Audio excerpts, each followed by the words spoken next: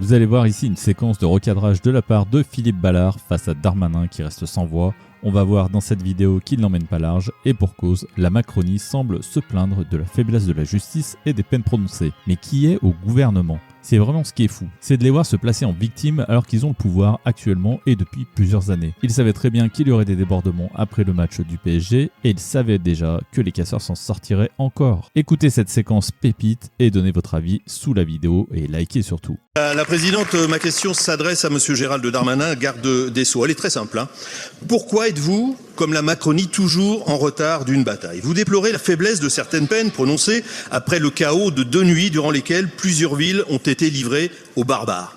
Mais qu'avez-vous fait depuis des années ? Car hélas, ce n'est pas la première fois que notre pays connaît cette anarchie. Cela devient malheureusement récurrent. Pourquoi dès lors la Macronie n'a pas adapté ces dernières années notre arsenal juridique, reprenant notamment des idées, des propositions portées par le Rassemblement national depuis fort longtemps ? Nous serons implacables, a dit le chef de l'État dimanche. Mais il fallait comprendre implacable ou incapable ? Ces dernières heures, avez-vous pris des circulaires à destination des procureurs, des magistrats du siège, les invitant à faire preuve de fermeté ?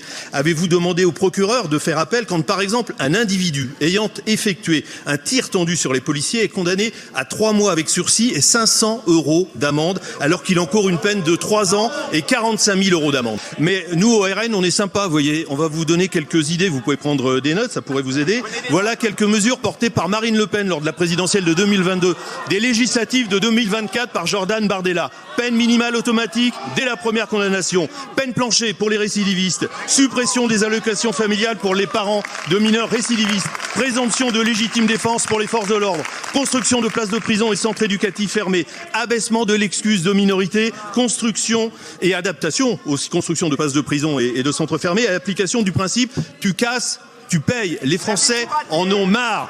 Agissez ou laissez-nous votre place, ça sera sûrement plus efficace. Alors qu'en avez-vous pensé du coup ? Faites-nous un retour en commentaire et je vous dis à très bientôt.